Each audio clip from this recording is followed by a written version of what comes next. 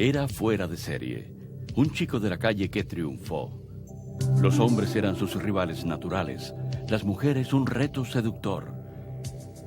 Pero con los chicos él podía ser como era. Vivía su vida al límite. Era solitario, desafiante e imprevisible. Pero la magia que creaba en la pantalla era real. Y eso lo convirtió en uno de los astros más populares de su época. Su nombre fue Steve McQueen. Un hombre sin límites.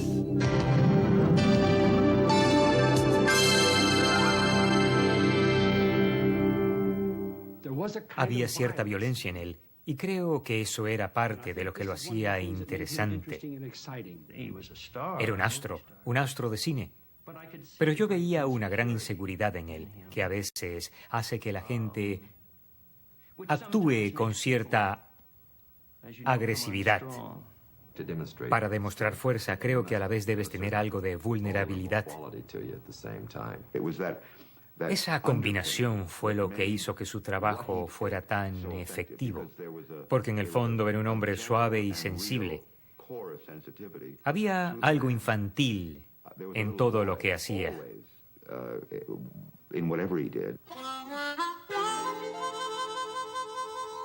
Steve Terrence McQueen nació en 1930 durante la Depresión. A los 6 meses de nacido, su padre, que era piloto, lo abandonó tanto a él como a su madre Julienne, de 19 años. Esta regresó a Slater, Missouri, y lo dejó con su tío Claude. Steve pasó los únicos años felices de su niñez en esa granja. El tío Claude era severo, pero era justo. Cuando Steve tenía 12 años, su madre se lo llevó y al poco tiempo se casó con un hombre que Steve llegaría a odiar.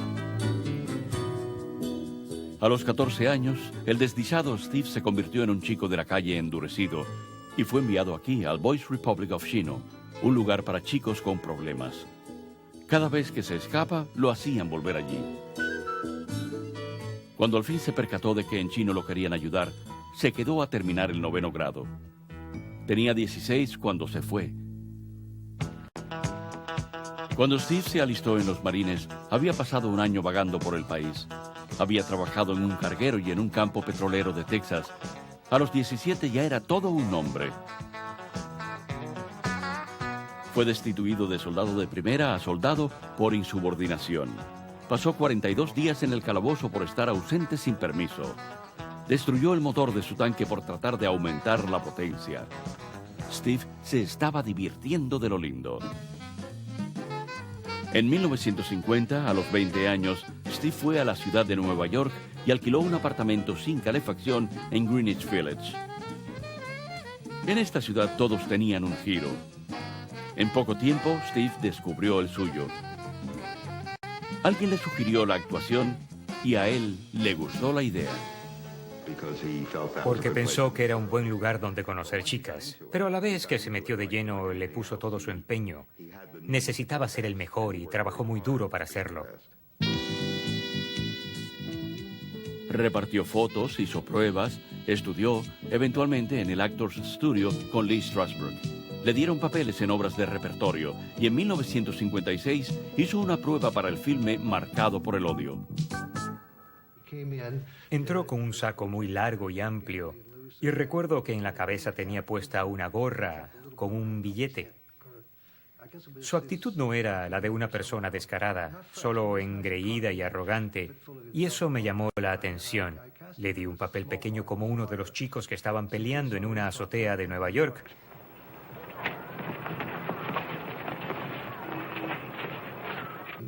Fue un papel sin importancia, pero ese fue su primer filme. Paul Newman era el protagonista, pero Steve se juró que algún día él llegaría a hacerlo, y Steve nunca se daba por vencido. Steve hizo muy bien el pequeño papel que le di. Era un papel insignificante. Y aunque lo hizo muy bien y se veía capacitado, sinceramente no puedo decir que imaginé que iba a ser un actor tan talentoso. What do you say, Fidel? Rocky. Come on. Hey, when'd you get out, huh? En 1956, yo estaba haciendo la obra Un sombrero lleno de lluvia en Broadway y a Steve creo que lo contrataron como el suplente de Ben Gazzara. Se suponía que viera la obra y lo que hacía era ponerse visco y hacer muecas para hacernos reír. Pensé que no tomaba esto en serio, que era un niño rico que estaba pasando el rato. Yo acababa de salir de una clase de danza y un hombre muy buen mozo se atravesó en mi camino y me dijo, hola, eres bonita. Y yo le dije, tú también. El año era 1956 y la chica que le llamó la atención a Steve era Neal Adams.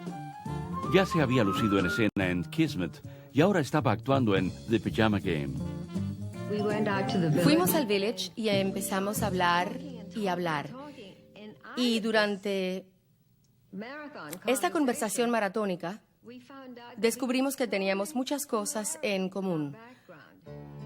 Su madre era joven, la mía también. El padre de Steve los había abandonado. Yo nunca conocí a mi padre.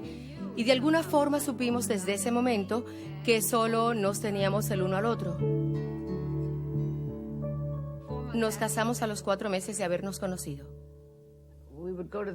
Íbamos al teatro, luego íbamos a cenar y por lo visto ninguno de nosotros dormía.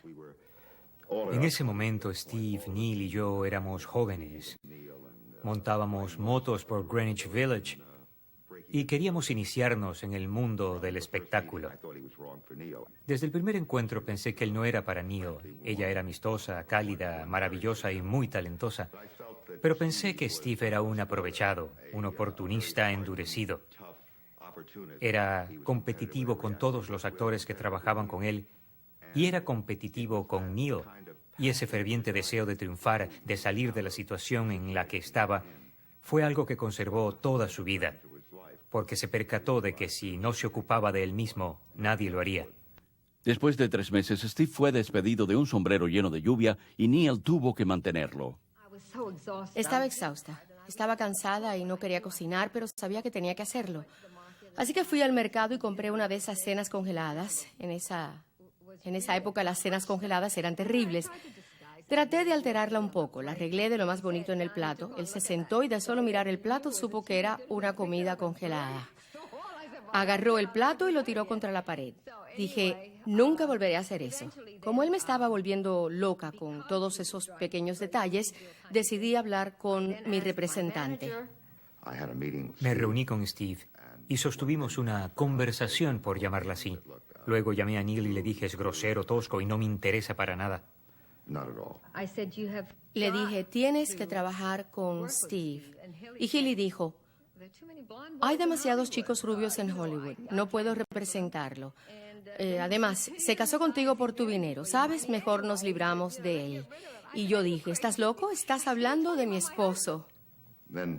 2 semanas más tarde lo vi hacer 1 minuto en Los Defensores y parecía salirse de la pantalla. La llamé y le dije que estaba equivocado, que me encantaría firmar contrato con él, y así fue. Joey, you do what they say. Now you hear? You hear me? You hear me? Okay.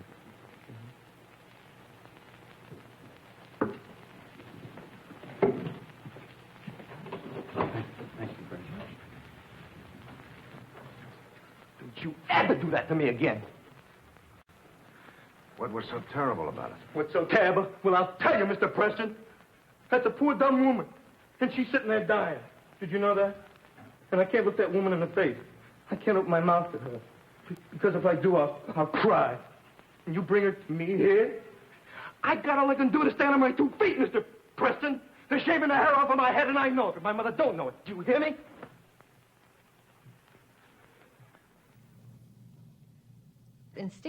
Por instinto, sabía que lo que se estaba viendo no era el hombre que yo conocía. Dije, lo que sigo viendo es a Brando Guadini, y no funciona. Y él comprendió que tenía razón en lo que le decía. Le dije, sonríe un poco, sé que es algo difícil de hacer porque interpretas a un asesino, pero cuando le hablas a tu madre y demás, tienes que mostrar algo de ti. Lo hizo y por primera vez recibió cartas de admiradores y dijo, sí, sí, vale. Y supo que yo estaba de su parte. They were believing her, Joe. I was beginning to believe it. Joe, did you punch her? I swear to God. Nice, respectable woman, Joe. She was Do I have very... to say it? I swear to God, on Pop's grave, I never killed nobody. He electrified me. Me electrizó. Yo estaba sentado y medio dormido, y él me despabiló. No podía creer cómo Steve McQueen se veía y actuaba por televisión. Jack Harris estaba a punto de producir una película de terror que se convertiría en un clásico del género. Steve tenía la reputación de ser un buscapleitos y se la ganó de veras. Lidiar con él era muy difícil.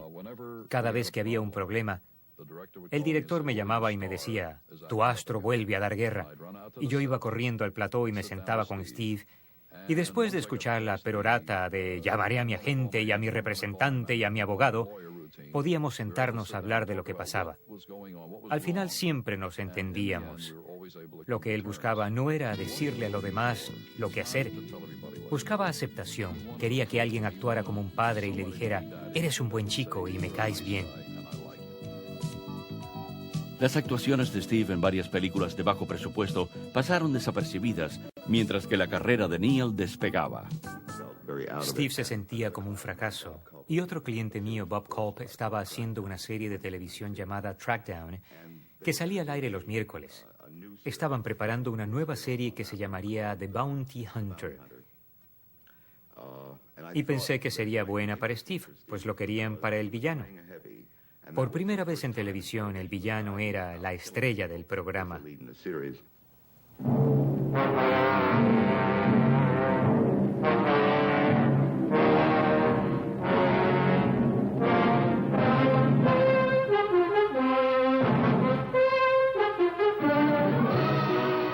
Steve mismo creó ese personaje.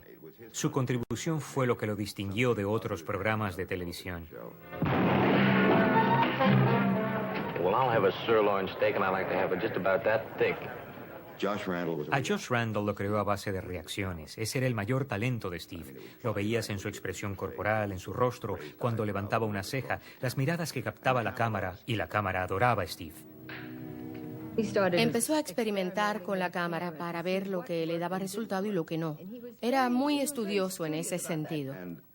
Y este hombre, sin conocimientos literarios ni artísticos, tenía un increíble instinto animal de lo que podía funcionar a su favor. Volvía locos a los directores y productores, locos. Si un guión no funcionaba, él lo descartaba. El resultado fue una estupenda serie. Conocí a Steve cuando filmaba su serie de televisión y le dije que sabía que sus compañeros no lo apreciaban. Me dijo que no estaba allí para ser apreciado, sino para actuar lo mejor que podía. Su personaje de Josh Randall en Se busca vivo o muerto era como él, un hombre de acción y solitario. Él se levantaba e iba solo a dar vueltas en su moto hasta el alba. Le gustaba estar solo.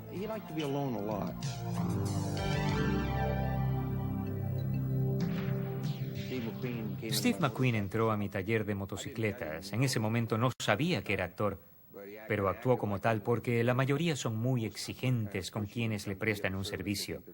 Se creen muy importantes. Se interesó en las carreras sobre pista de ceniza. Le construí una moto y juntos hacíamos las carreras. Lo hubieran puesto en la clase de expertos, pero siempre sucedía que se iba a hacer una película y eso lo mantenía en la clase de aficionados. Steve era competitivo en todo, hasta jugando a la rayuela.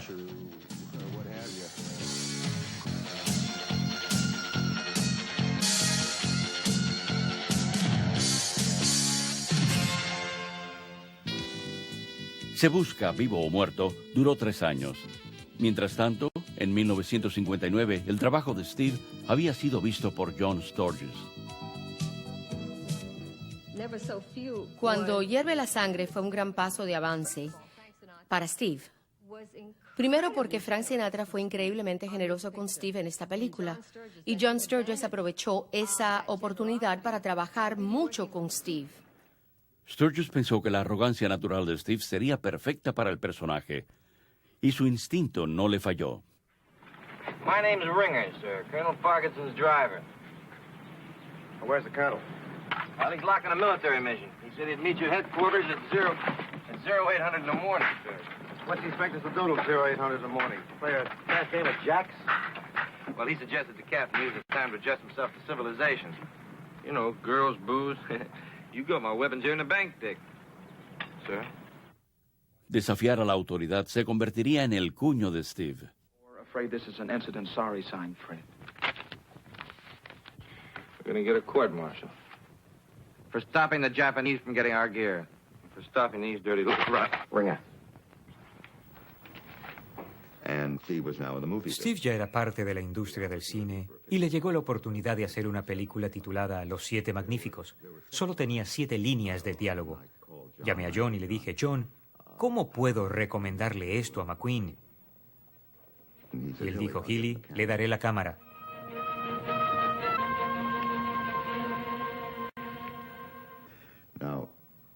No hay muchas personas que digan eso, en quienes uno como representante pueda confiar. En John Sturges se puede confiar. Y le dije, está bien. Hicimos Los Siete Magníficos y se convirtió en un clásico.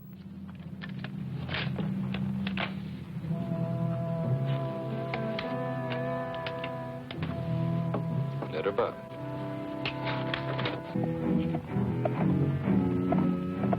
Second story window. Curtain moved. I'm not in a good position. Let him stick his neck out. La verdadera estrella de ese film era Yul Brynner, pero Steve fue quien se llevó toda la atención. Your gun has got you everything you have. Isn't that true? Yeah, sure, everything. After a while, you can call bartenders and faro dealers by their first name. Maybe 200 of them. Rented rooms you live in, 500. Home, none. Wife, none. Kids,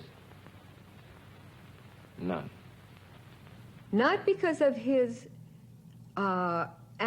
part. No por su papel en la película, sino por su presencia.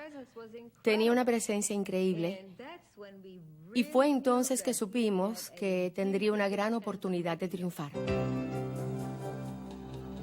Terry, la hija de Steve, nació en junio de 1959. 18 meses después, nació su hijo Chad.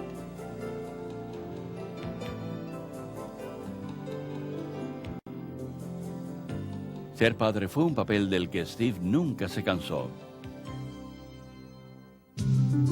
En 1962, Steve aún buscaba el filme que lo convertiría en un gran astro. John Sturges le llevó el guión. Ya hacía 2 años que lo conocía cuando me dijo, Bud, ¿quieres ir a Alemania para ser mi doble en una película? Porque hice que incluyeran una gran escena en la que el tipo se escapa del campo de prisioneros y se roba una motocicleta. Le dije, ¿seguro? Y claro que no lo creí. Ya había oído esos cuentos antes. Pero me llamó un día y me dijo, Bud, ¿tienes un traje? Le dije, sí, ¿por qué? Y dijo, póntelo porque vamos a ir a ver al director. Le dije, está bien. Me puse el traje y él vino a recogerme en su auto deportivo en camiseta y pantalones de vaqueros. Él era así. Me hizo sentir tonto vestido así. Y el director también estaba vestido de pantalones vaqueros y demás. Así conocí a John Sturges y era la verdad. Yo iba a ir a Alemania.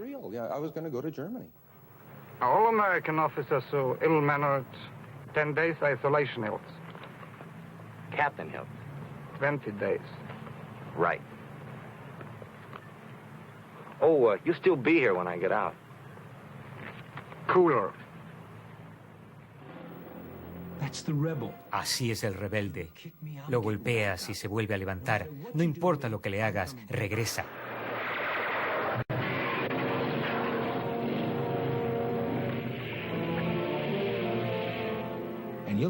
Él resiste. Puedes darle una golpiza, pero siempre regresa con más fuerza. Esa es la dicha que sientes al ver sus películas.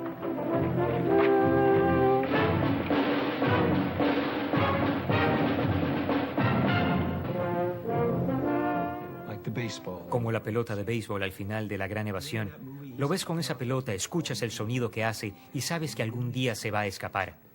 Y eso es lo que Steve McQueen personifica. Nos hace sentir a todos que podemos regresar y triunfar.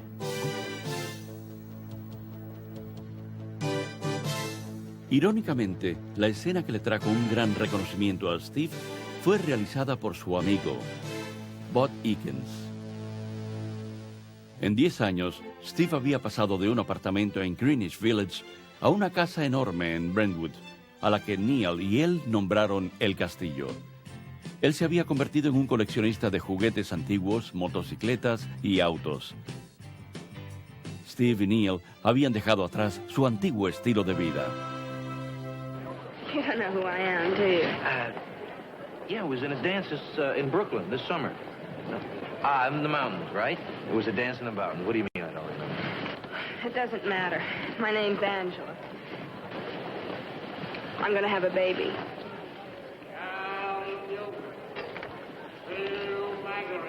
Congratulations. Love with a Proper Stranger finally... Amores con un extraño fue el primer film en el que ves a un Steve tridimensional. A three-dimensional Steve. It seems very funny putting you together with a family somehow. What did you think? I got hatched out of an egg? And the way they love you. What are you talking about love? They haven't seen me for a long time. Let me hang around here a couple of months. I'll melt right into the wallpaper like everybody else. It showed all the aspects that made him... Mostró todos los aspectos que lo hacían tan atractivo a las mujeres, porque mostró a un hombre muy macho que a la vez era vulnerable.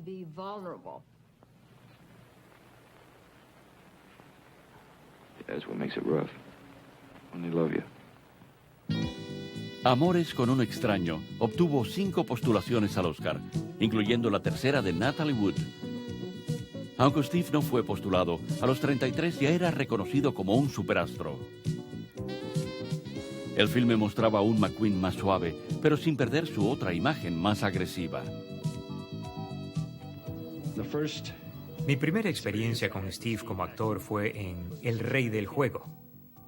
Sentí que ese instinto agresivo que tenía se apoderaría de él y le haría la vida imposible para el nuevo director. Me dijo, estoy acostumbrado a ver las tomas diarias, y yo le dije, ¿por qué quieres verlas? Él dijo, pues, porque me gusta verlas. Yo le dije, no sé si esa es una buena idea, Steve. Tenemos actores muy importantes. Tú, Eddie Robinson, Anne Margaret. Y usé muchas palabras para tratar de explicarle. Y él me dijo, me estás torciendo el melón. Me estás torciendo el melón y me estás confundiendo. Hablaba de una forma tan moderna que yo casi nunca sabía lo que estaba diciendo. Steve McQueen se percató de que El Rey del Juego era un gran reto para él.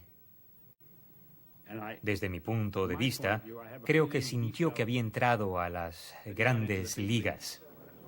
Él estaba un poco nervioso con Eddie Robinson. Eddie era un astro.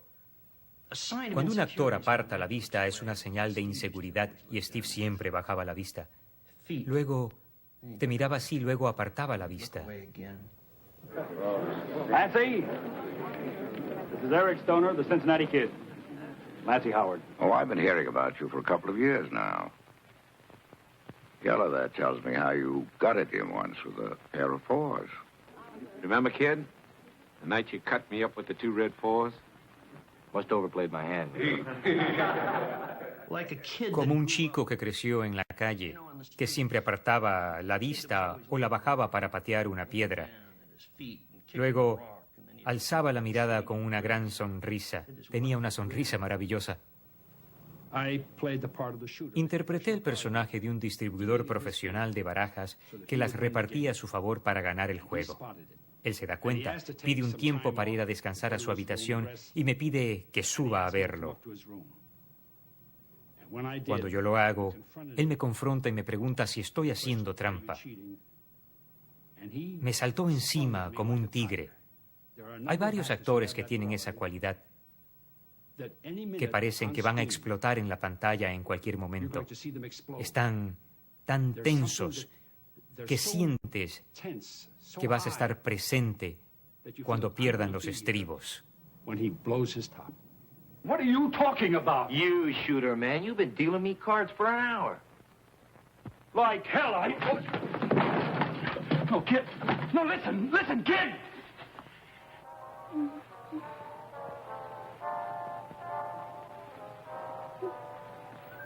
Oh, you bastard!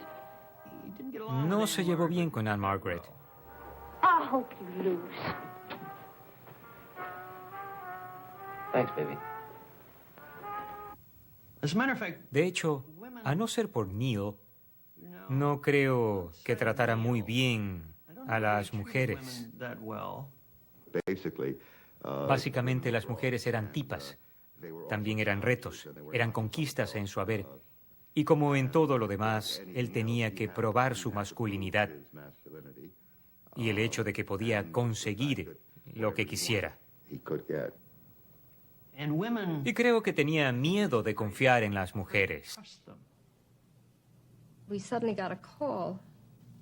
Cuando nos dirigíamos al estreno mundial del Rey del Juego en Nueva Orleans, recibimos una llamada que la madre de Steve había sufrido una apoplejía y tuvimos que cancelar.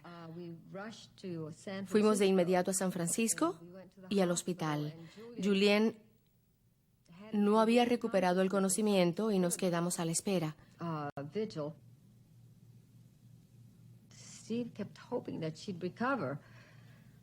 Steve estaba ansioso de que se recuperara, porque ahora que se estaba muriendo había muchas cosas que quería decirle. Lamentablemente nunca se recuperó y fue un golpe muy duro para Steve. Se sentó y empezó a sollozar. Me pareció que lo habían herido mucho de niño. Tenía dificultad en las relaciones. Y a pesar de eso era muy creíble. Cuando lo veía a través de la cámara, yo creía en él. A Steve le atraía mucho el rol en el de Yance en llamas, porque sentía una gran empatía por el personaje. Y por supuesto a Steve le encantaban las máquinas, y el personaje de Holman adoraba la suya.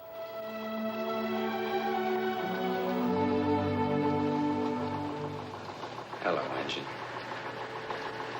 I'm Jake Holman. El problema con él es que nunca sabías cuál iba a ser su estado de ánimo. Yo estaba tratando de preparar un tiro con Dolly. Era un tiro muy difícil. Y siento que me tocan en el hombro. Era Steve que me dijo, Bob, este vestuario... Yo perdí los estribos, le dije, por el amor de Dios, Steve. Claro está que el lenguaje fue más fuerte. No puedo hablar de eso ahora, estoy en medio de algo muy difícil. Hablemos de eso esta noche. Eso le dolió mucho y no me habló por 3 días. Yo estaba dirigiendo al protagonista del filme que me escuchaba y hacía lo que yo le decía en las escenas, pero que no me dirigió una palabra en 3 días. Pero nunca había trabajado con un actor a quien creía conocer mejor y que sabía lo que funcionaba mejor para él en la pantalla.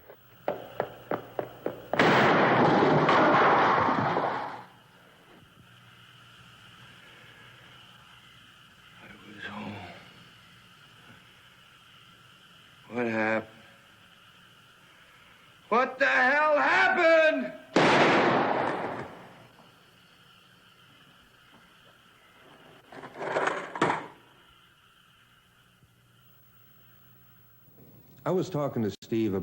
Yo le estaba hablando a Steve de su actuación y me dijo,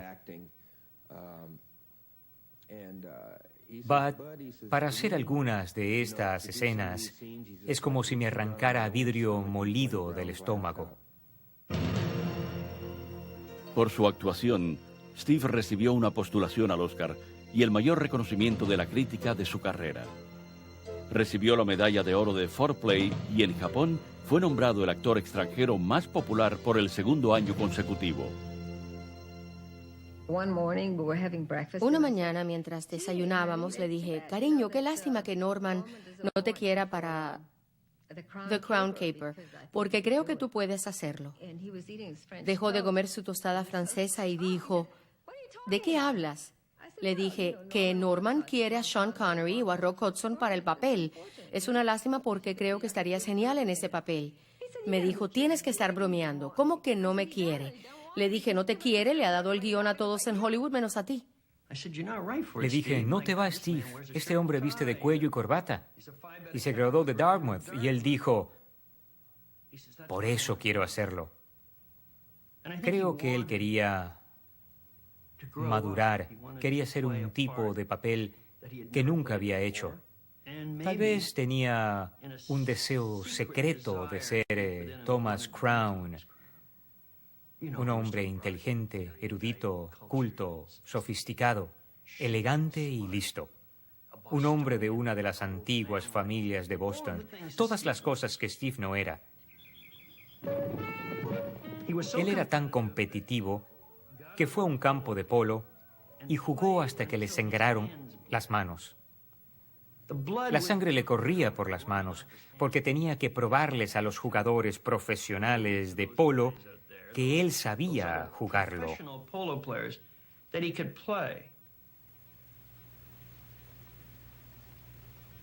you play? Try me. Faye Dunaway se la hizo difícil porque no sucumbió a su encanto. Él siempre trató de seducir a las mujeres con su encantadora actitud indiferente y machista. Pero ella lo mantuvo a raya. Creo que por eso la pareja funcionó tan bien en ese filme. Es la historia de amor de dos sinvergüenzas.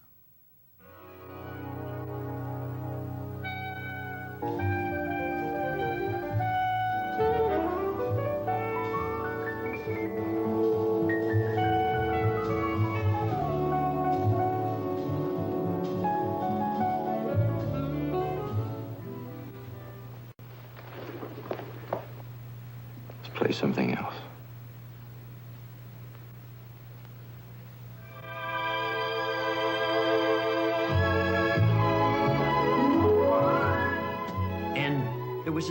Había una escena muy importante que queríamos que fuera en silueta y yo se lo expliqué a él y esperó el momento justo de la puesta del sol.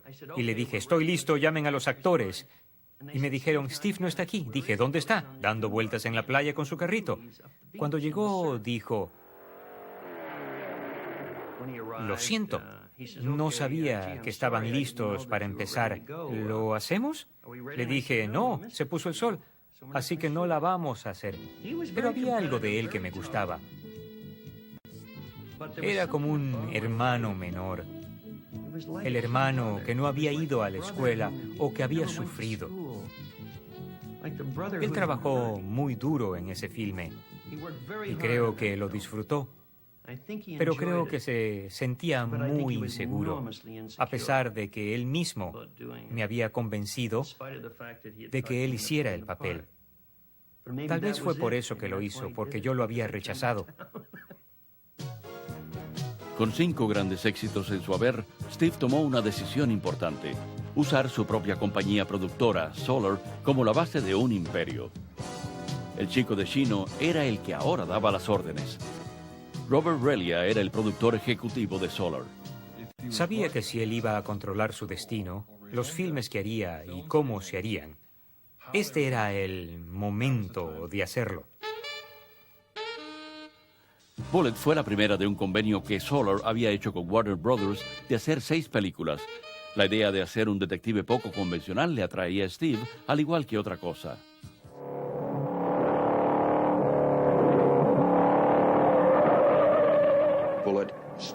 Bullet dio pie a una serie de escenas de persecución que la gente empezó a copiar. Pero estábamos corriendo a 100 millas por hora y creo que fue la primera vez que se filmaba con la velocidad verdadera. Su llamado era a las 10 en vez de a las 7 de la mañana.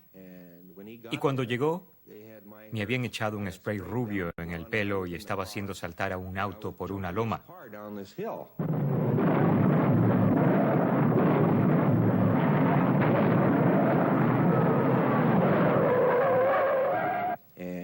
Él se acercó al auto y me dijo,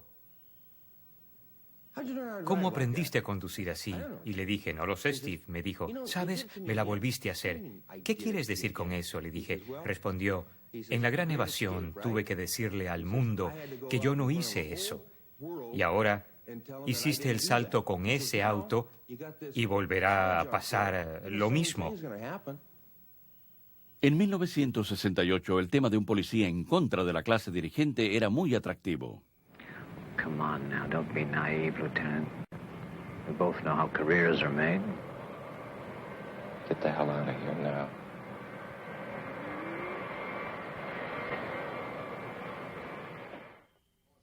Los excesos de gastos y la negativa de Steve a someterse al control del estudio resultaron en la cancelación del convenio de hacer 6 películas, pero Bullitt se convirtió en uno de los mayores éxitos de Steve McQueen. La Asociación de Cronistas Extranjeros de Hollywood lo eligió como el actor favorito a nivel mundial. Bullitt. The last thing in the world you'd ever take Frank Bullitt for was a cop.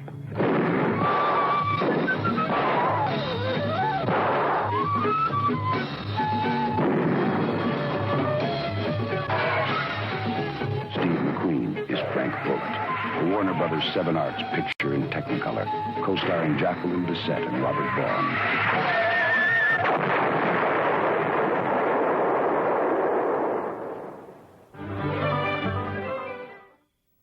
En 1969, Steve tomó un gran riesgo e interpretó a un personaje que era totalmente nuevo para él en Los Rateros.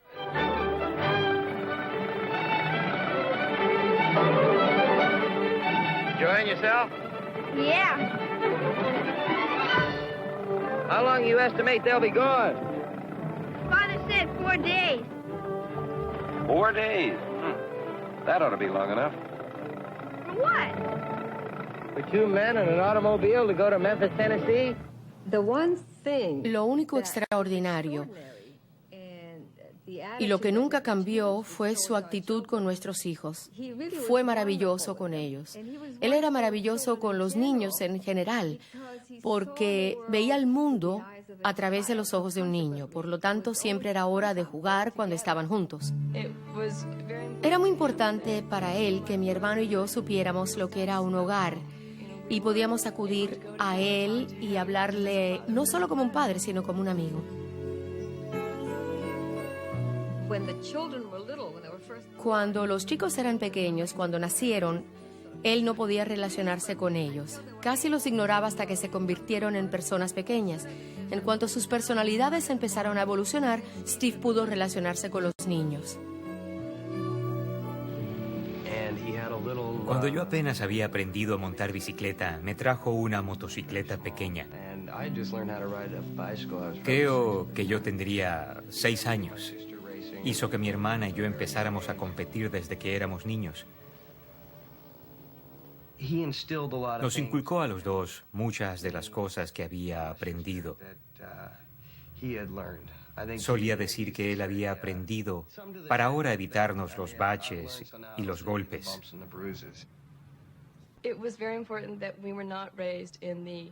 Era muy importante para él que no nos criáramos al estilo de Hollywood.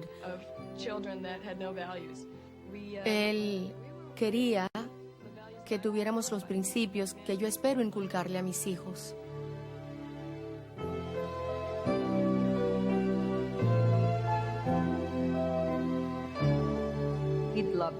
Amaba a esos niños, y aunque nuestra relación fue empeorando, eso siempre fue una constante. You ever heard real streetcar bells? Seen the inside of a penny arcade? Or looked inside of a tattoo parlor? You know, we could stay up all night if you wanted to. Come in at dawn. Boss said we should take the automobile home and lock it up. You know, I put a lot of store into what Boss said. You know I do. But if you ever want to reach your manhood, sometimes you got to say goodbye to the things you know. And hello to the things you don't. Watch it.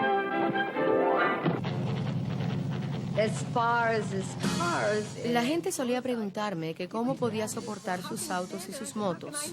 Y yo les decía, ¿cómo no voy a soportarlo? Este es el hombre que amo y a él le gustan los autos y las máquinas. Corría porque existía él y el auto, y otra persona y el auto.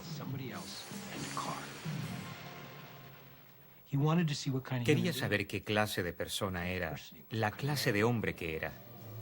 Vivía al límite. ¿Cuán lejos podía llegar?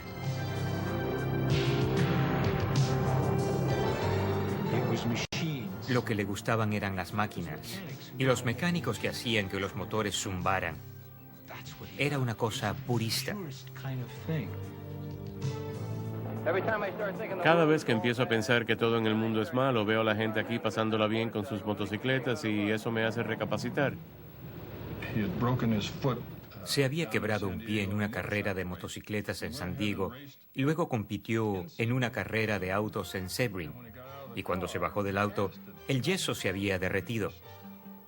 Solo quedaba una gasa desgarrada alrededor del pie. Quedó en segundo lugar en conjunto y en primer lugar de su clase.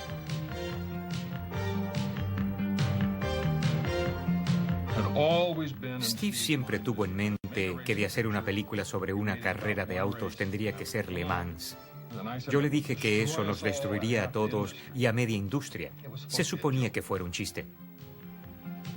Durante 5 años él había estado planificando hacer una película de carreras de autos con John Sturges.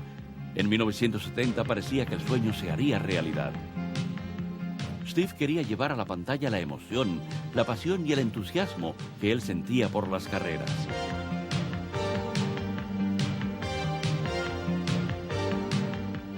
Pero todo su entusiasmo no sería suficiente para salvar ese filme. Steve y el estudio no veían la película que estábamos haciendo de igual manera.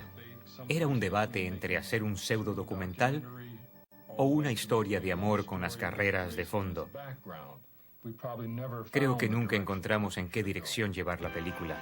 Las 24 horas de Le Mans fue un fracaso tanto de crítica como de taquilla. La relación de Steve con John Sturges y Robert Relia terminó. El sueño de Steve de crear un imperio basado en Solar Productions se desvaneció. Su compañía fracasó y nunca volvió a correr. Eso fue un gran golpe a su ego. Porque algo que era parte de él y que deseaba tanto había quedado aplastado de repente. La carga del estrellato es muy pesada. Lidiar con ella es muy difícil. Especialmente si eres un macho chauvinista, y Steve lo era. La pobre Neil McQueen siempre se preocupaba por él y siempre bromeaba al respecto. Era una santa. Yo solía llamarla una santa. Una vez le envié una medalla y le dije, Steve, ¿sabes? Ella merece una medalla por vivir contigo. Fue el pilar de esa familia. Porque él se iba por ahí y ella siempre se quedaba. Le aportaba solidez a la vida de él.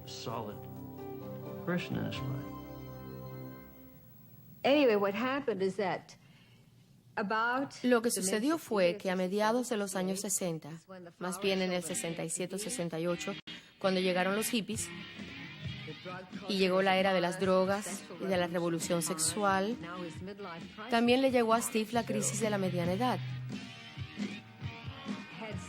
Si no hubiera tenido la edad que tenía, Steve hubiera sido uno de esos hippies.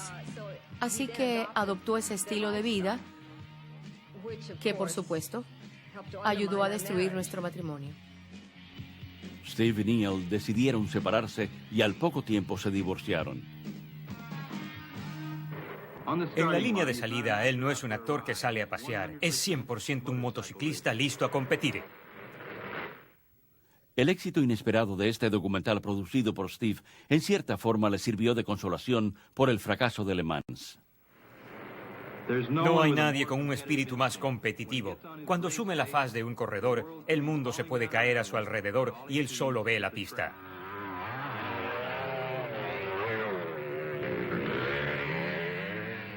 Un cuerpo de $1 millón que alguien pudiera usar para impulsarse en las curvas.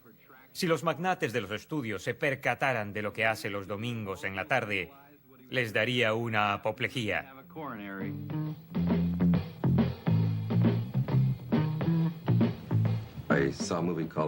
Vi un documental llamado On Any Sunday y dije, si hay un actor que quisiera conocer, sería ese. Estaba en una escuela de karate en Sherman Oaks y recibí una llamada. Mi único sirviente se acercó y me dijo, «Tiene una llamada de Steve McQueen». Dije, «Debes estar bromeando». Así que empecé a darle clases privadas a Steve, que se entrenó conmigo por varios años. Hice mi primera película y cuando la vi me dije, «Es la película más mala que he visto en mi vida». Steve la vio y me dijo, «El filme no es tan malo, pero te daré un consejo.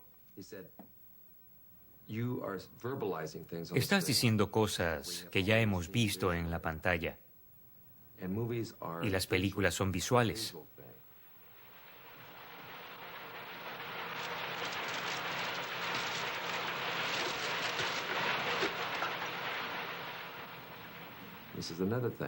Otra cosa, deja que los actores de carácter relaten el argumento de la película. Y cuando haya algo pertinente, que sea muy importante, entonces la dices tú. Entonces la gente se acordará de lo que dijiste. Dijo, eso es lo que tienes que hacer en tus películas, memorables líneas de diálogo. Get to Birmingham. Tell him I'm for sale. His price. Do it now. Hold right there. Get those guns out on the street. Kick them over. Now lay down that gutter. In the gutter. La huida fue una explosión de ira que impactaba en todas las direcciones.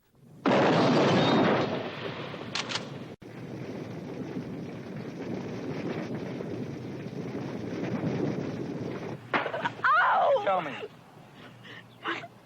What the hell do you want anyway? Volvió a establecer a Steve como un astro taquillero y al poco tiempo él se casó con su coestrella, Ali MacGraw. Por su papel en el filme Papillon de 1973, Steve pudo exigir la suma récord hasta ese momento de $2 millones. Dustin Hoffman recibió $1,4 millones. Steve estaba de nuevo en la cima. What do we got here, Cappy? Fire started, 81st floor, storage room. Al año siguiente, Steve logró una de sus grandes ambiciones. What about your exhaust system? Well, it should have reversed automatically. It must have been a motor burnout or something. Sprinklers? They're not working on 81. Why not? I don't know. He had this competitiveness with Paul Newman. Él tenía una competencia con Paul Newman, porque Paul se había convertido en astro marcado por el odio, mientras que Steve tenía un papel muy pequeño. Le tomó 18 años para que en Infierno en la Torre su nombre apareciera primero que el de Paul. Aunque el de Paul estaba un poco más alto, el de Steve estaba primero. You know, one of these days, you're going to kill 10,000 in one of these fire traps. And I'm going to keep eating smoke and bringing out bodies until somebody asks us how to build them. Okay. I'm asking. You know where to reach me. So long, architect. Después que lo logró, parece que se agotó tanto tratando de estar a la par con Paul Newman que se retiró. Creo que se hartó de que todos quisieran esto o quisieran lo otro, que todos quisieran algo de él.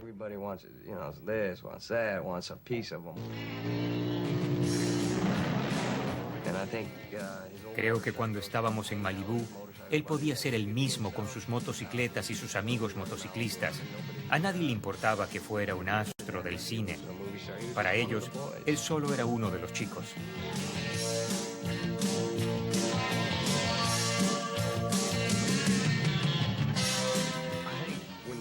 Creo que después de alcanzar la fama que tuvo, debió haberse preguntado, ¿eso es todo?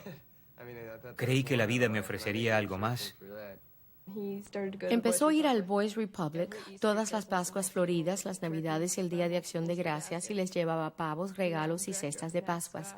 El director Matt Scott dice que entraba y empezaba a hablar con los chicos como si fuera uno de ellos.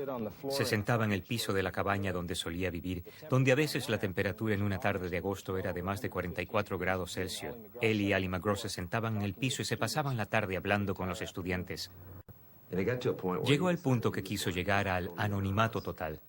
Se dejó el cabello largo, empezó a beber mucho y aumentó mucho de peso. Cuando entré con mi auto al estudio, vi cruzar a un hombre con una barba enorme y unos ojos muy penetrantes. Tenía una mirada tan intensa ese día que parecía que tenía un par de llamas saliendo de esa inmensa barba. Y me dijo, ¿qué pasa? ¿Ya no saludas a tus viejos amigos? Y me percaté de que era Steve. No lo había reconocido. Estábamos divorciados, pero de alguna forma nunca nos divorciamos el uno del otro. Nuestra relación seguía en marcha, primero que todo por los niños.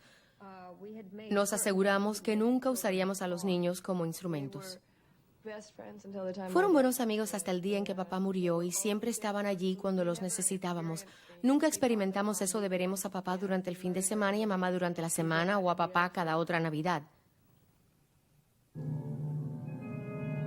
Habían pasado 4 años desde Infierno en la Torre cuando Steve decidió hacer un filme que dejó a la industria estupefacta, Un enemigo del pueblo. Doctor, you can have everything you want. The water's poisoned. The people are poisoned. The children are poisoned. The water's poisoned. And that's the end of it. No veo qué razón llevó a Steve a ser un enemigo del pueblo, a no ser para probarse a sí mismo primero y al público y a Hollywood que era no solo un actor de filmes de acción. I'm against the age-old lie that the majority is always right. Listen to me, the majority is always wrong. Have you lost your mind? Stop talking. Was the majority right when they stood by while they crucified Jesus? Was the majority right when they refused to believe that the earth revolved around the sun and allowed Galileo to be driven to his knees? Listen to me. It takes 50 years for the majority to be right. And then the majority is never right. Until it does right. La crítica destruyó el filme y este dejó de distribuirse. Sin embargo, algunos críticos aplaudieron el valor de este esfuerzo de Steve. En noviembre de 1977, Ali MacGraw y Steve McQueen se divorciaron. En su último filme, Cazador a sueldo, Steve interpretó un pistolero a sueldo una vez más. You like old things. It's all you care about. You don't like anything that's new, Ralph. New things are no good. Give them a chance to prove themselves. I love you.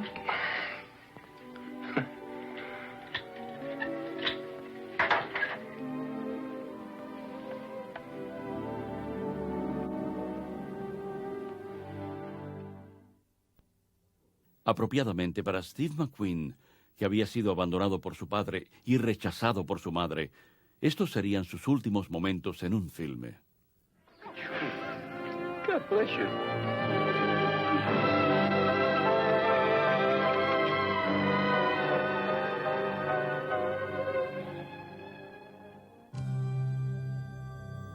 En 1980, tras casarse con su tercera esposa, Barbara Minty, Steve estaba involucrado en la batalla más difícil de su vida en contra del cáncer.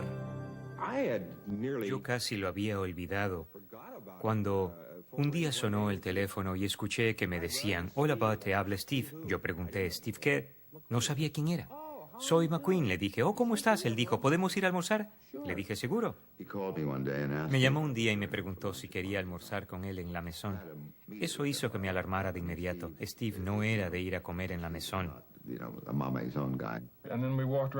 Y luego caminamos durante 3 horas por Beverly Hills y hablamos de todas las personas con las que había trabajado y que conocía desde que entró a la industria del cine. Se acercó mucho a la gente, como si quisiera compensar por su vida pasada.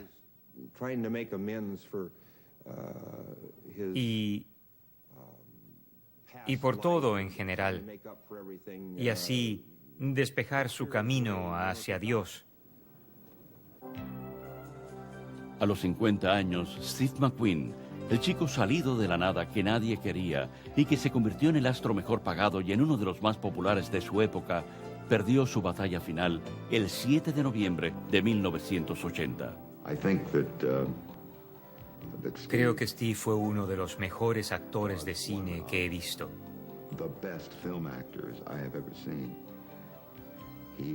Era un ser humano que en la misma medida podía ser compasivo y despiadado. Estaba decidido a lograr lo que él veía como la manera apropiada de abordar una situación, ya fuera un rol, una pareja, una amistad o una carrera de autos. Me caía bien y lo odiaba, pero siempre sentí un gran respeto por su integridad inherente. Es triste porque creo que siempre intentó lograr algo que sentía que nunca obtuvo. Pero fue un gran astro del cine y la gente reaccionaba a su favor. Querían que ganara cuando lo veían en la pantalla.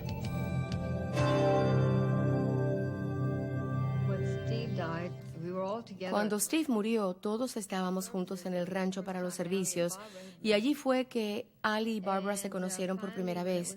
Cuando llegó la hora de despedirse, miré a mi alrededor y dije, lo triste de esto es que Steve siempre dijo que la vida era una estafa. Pero cuando nos fuimos del rancho, lo único que me vino a la mente fueron los recuerdos alegres. Los buenos ratos cancelaron a los malos y aún puedo verlo con esos dientes maravillosos y esos alegres ojos azules. No como era más tarde. De repente me remonté al Steve que yo conocí.